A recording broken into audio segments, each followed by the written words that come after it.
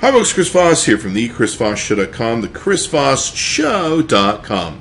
Current blog post I want to share with you, of course, review the latest in social media and technology. This is two phone versus comparisons. Be sure to subscribe to the ChrisVossShow.com so you can see all the phone comparisons we do. We have all the major phone companies, of course, sending us all the latest and greatest phones, and so definitely check in to see all the latest and greatest that we have there. What we're doing is doing a versus with the Motorola Razr Droid HD. It's the I should probably say it is the Motorola Droid Razr Maxx HD, and this is from VerizonWireless.com.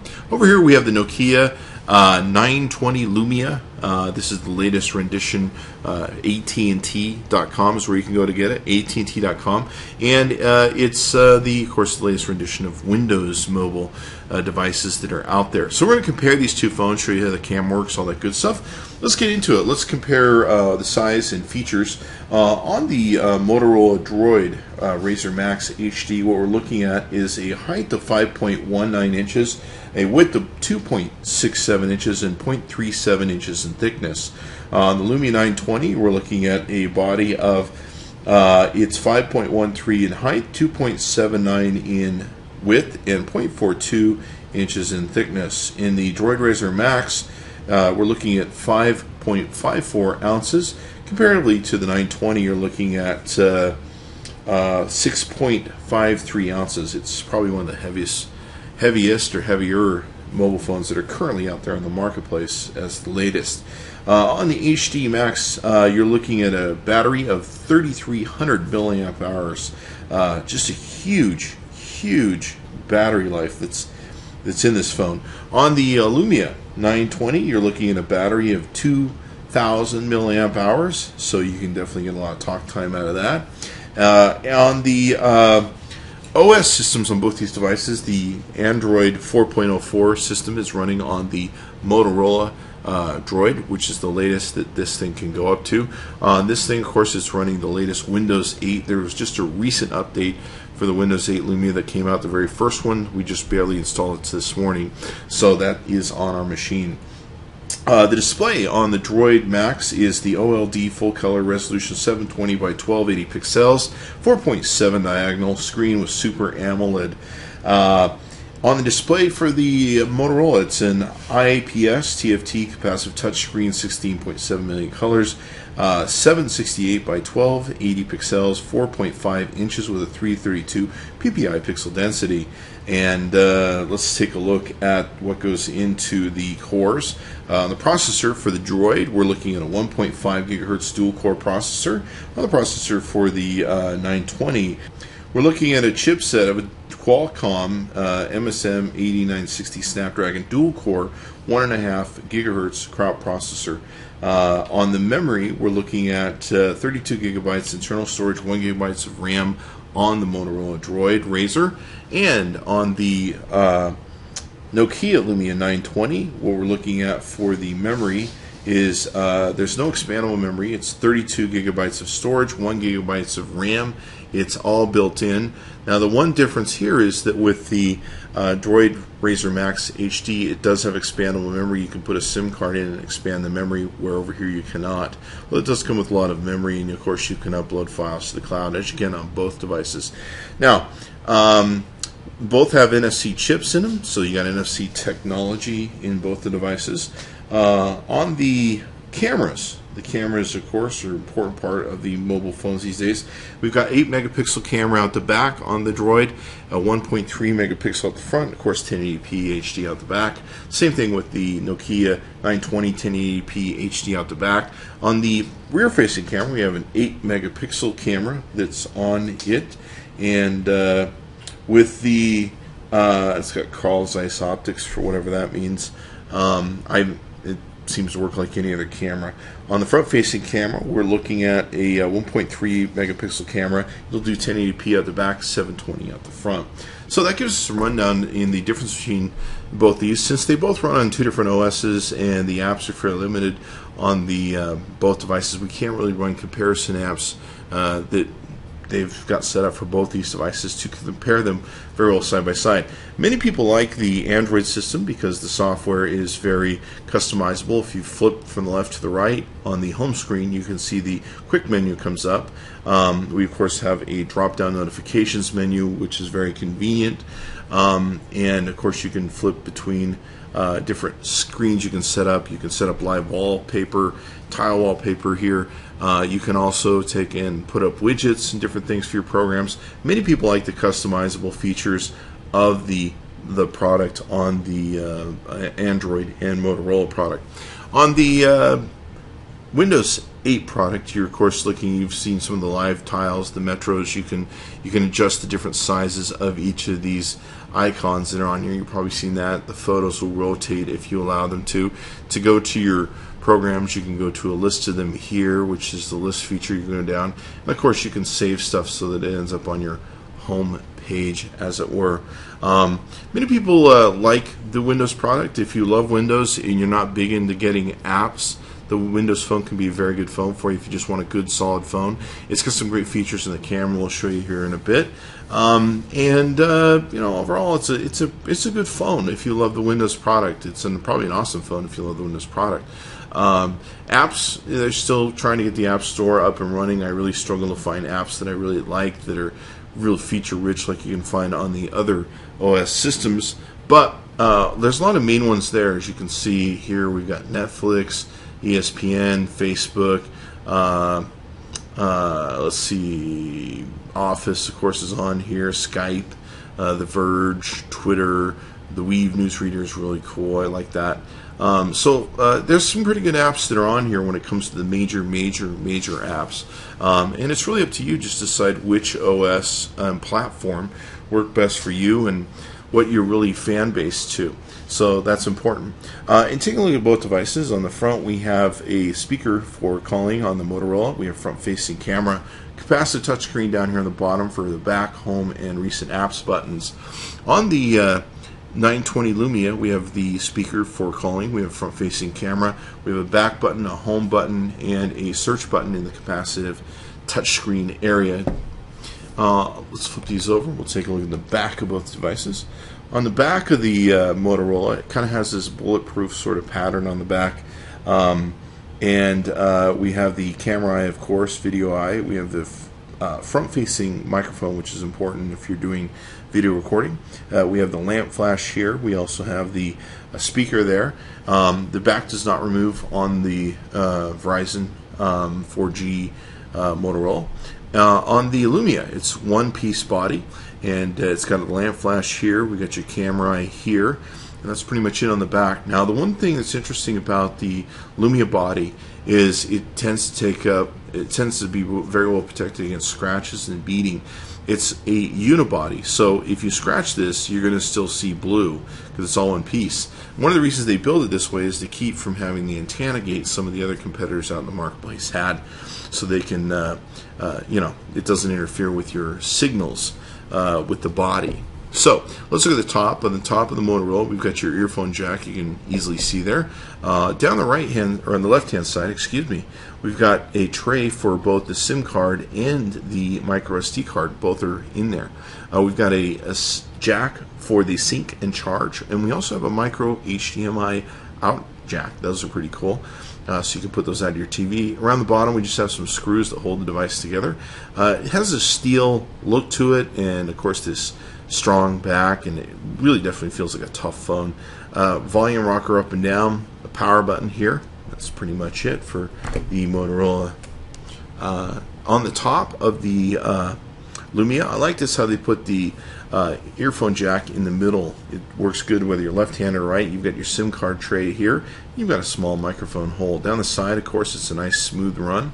And on the bottom, you've got some screws, a speaker, and the sync charge area here. I like having this where the iPhone and the Lumia have this on the bottom.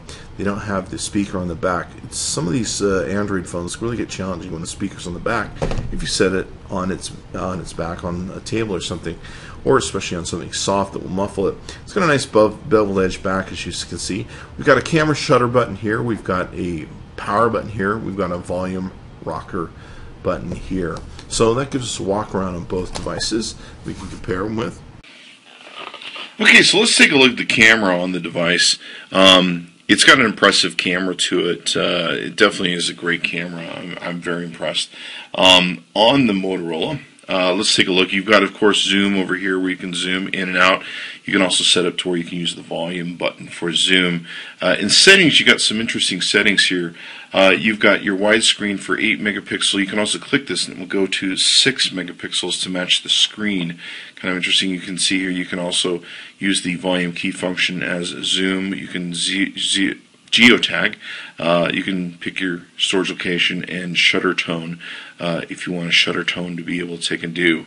I thought it was kind of interesting. It actually defaulted to this 6 megapixel setup, and of course you can see it's the same for the 8 here. Of course, these are most of the things you get with most Android products. You've got pre-made effects you can take and put into play. You've got scenes you can take and do.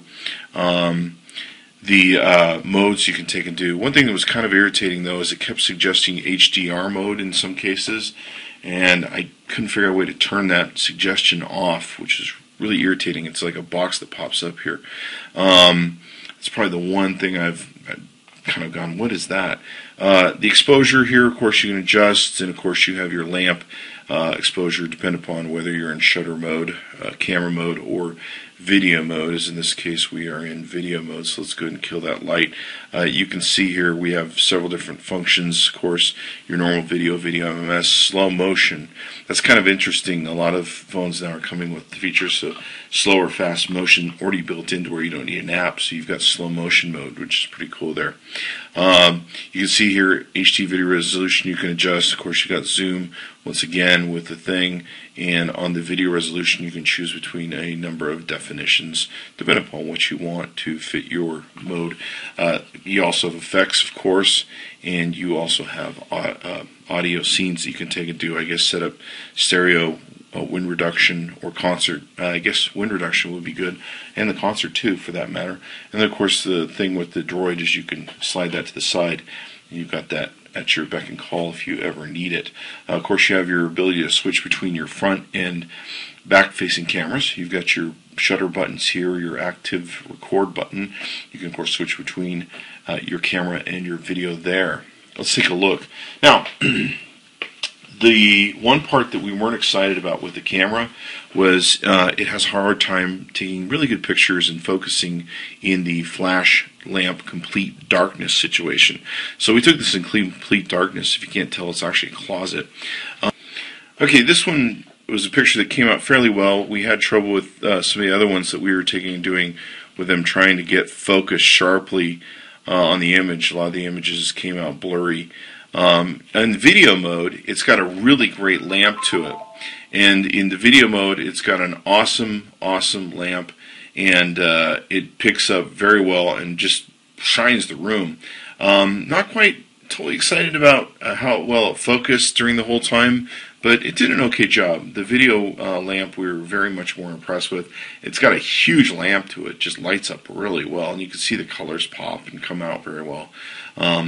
So the only thing we just really struggled with was the camera taking a picture with the flash.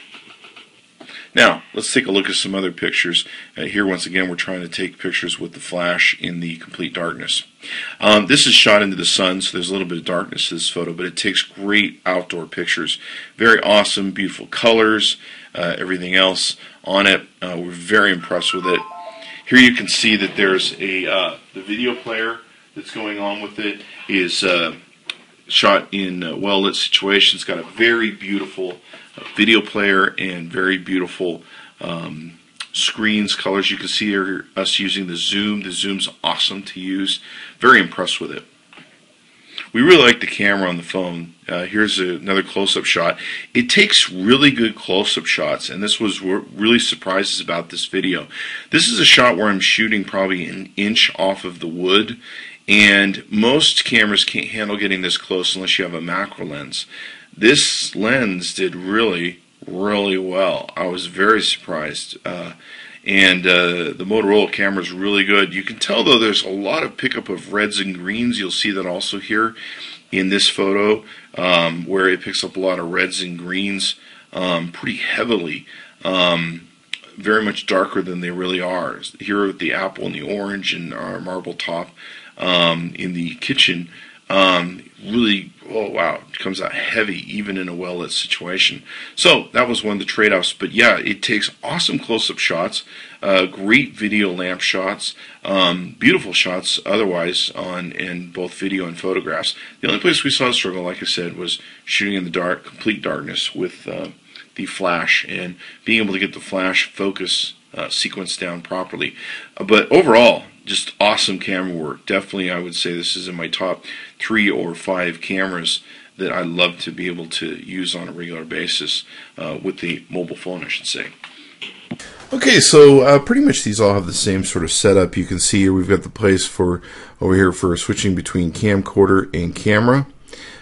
We've got the front-facing camera switch here. We've got the flash switch, and then this takes us in this area where they have lenses, I guess, Bing Vision, Smart Shoot lenses, and I guess find more lenses. We haven't played with it much, but it definitely is interesting. Over here you can get into your portfolio of camera roll of photos.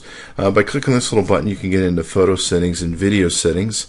On video settings, you can take and set some presets and even save them. White balance, aspect ratio, ISO, all that sort of good stuff. And that's one of the problems you have with these phones. It's a really small thing you have to hit, and if you got big fingers like mine, you end up taking a lot of pictures. White balance, continuous focus, video mode. You can choose the video that you want to take and do for your device. Okay, so the photographs that the Lumia takes are really nice. You can see here, this is a very close-up shot, almost a macro shot where we're like an inch or two off the wood. You can see how really clear the center shot is coming into play. Very impressive on the camera. You can see here some other really great shots close up. We're looking for wood grain here. Colors are definitely good. Here's some video that we've taken and shot. And as you can see, there's a good gradient here in the back between the skyline being more white, and then as it goes upward being more blue. So we definitely have that going on. Of course, you can see it's come down into some more detail here. So it's got a great camera on it. In fact, one of the things it does is shoots in low light very well, because what it does is it'll shoot a sensor even if you're not using the flash, where it'll make a flash happen, and then it shoots shortly thereafter the flash it uses to find its way around and how it's operating in its world, if you will. So it makes really good night photos that work really well, and we've been very impressed with it so far. So all in all, we like both phones. Both phones are definitely strong in their comparative OSs, and especially as to what you like. I mean, definitely, if you like the Windows products, I'd highly recommend the 920 over the other phones we've seen in the Windows arena so far to date at the recording of this video. On the Motorola, it has an awesome phone, and it has a huge battery, 3,300 milliamp hours battery. That's pretty cool.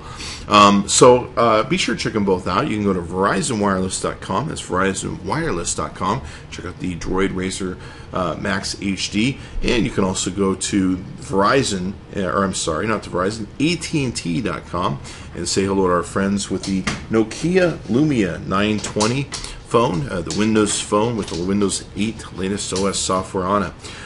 We love both phones. Chris Voss tested, Chris Voss approved. Be sure to check back often. Go to their respective websites. Tell them Chris Voss sent you. And subscribe to our YouTube channels and the ChrisVossShow.com so you can see all the latest and greatest reviews that we take and do. Thanks for coming by.